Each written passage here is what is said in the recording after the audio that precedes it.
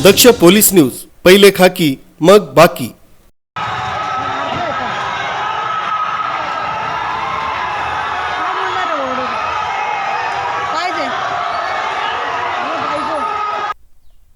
दिनांक 16 ऑगस्ट रोजी बांगलादेशातील परिस्थितीबद्दल सकल हिंदू समाजातर्फे नाशिकमध्ये मोर्चाचे आयोजन करण्यात आलं होतं। या मोर्चावेळी काही नागरिकांकडून नाशिक शहराच्या भद्रकाली चौक, मंडई, दूध बाजार या परिसरात दुकानं बंद करण्यास नकार दिल्यानं 2 गटात वाद झाल्याचं सांगितलं जात आहे। दरम्यान सध्या परिस्थिती नियंत्रणात असून पोलिसांकडून परिसरात अतिरिक्त कुमक तैनात करण्यात आली, योग्य ती खबरदारी घेतली जाते।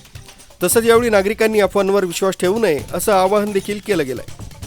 दरम्यान नाशिक शहरातील दोन्ही समाजातील युवकांना सांगणं आहे की कोणीही कायदा हातात घेऊ नये, सर्वांनी शांतता ठेवून पोलिसांना सहकार्य करावं, यामधून कुठलीही हानी होणार नाही। कोणाच्याही धार्मिक स्थळावर घाला घालू नये अशी विनंती यावेळी सकल हिंदू समाजाच्या पदाधिकाऱ्यांकडून करण्यात आली। पोलीस उपायुक्त किरण कुमार चव्हाण यांनी सर्वांना शांततेचं आवाहन केलं आहे। 4-5 बाईक आल्यानंतर या ठिकाणी तणावसदृश परिस्थिती निर्माण झाली होती, परंतु ह्या अशा प्रकारची परिस्थिती होऊ शकते याचा अंदाज घेऊन यापूर्वीच सर्व ठिकाणी बंदोबस्त नेमण्यात आला होता। त्या अनुषंगाने त्या ठिकाणी बंदोबस्त हजर होता। बंदोबस्त हजर असल्यामुळे तात्काळ त्यांना तिथून काढून देण्यात आलं आणि कोणताही तणाव निर्माण होऊ देण्यात आला नाही।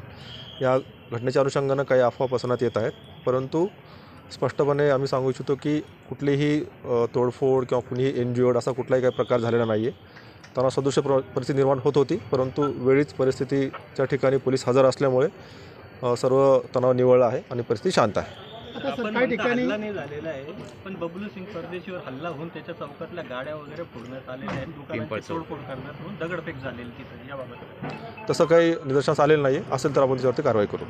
अनेक जण दगड घेऊन किंवा काट्या घेऊन रस्त्याने फिरताय सर, अनेक ठिकाणी दगड फेकण्याचे प्रकार चालू आहे। भद्रकालीमध्ये प्रकार घडलेला आहे।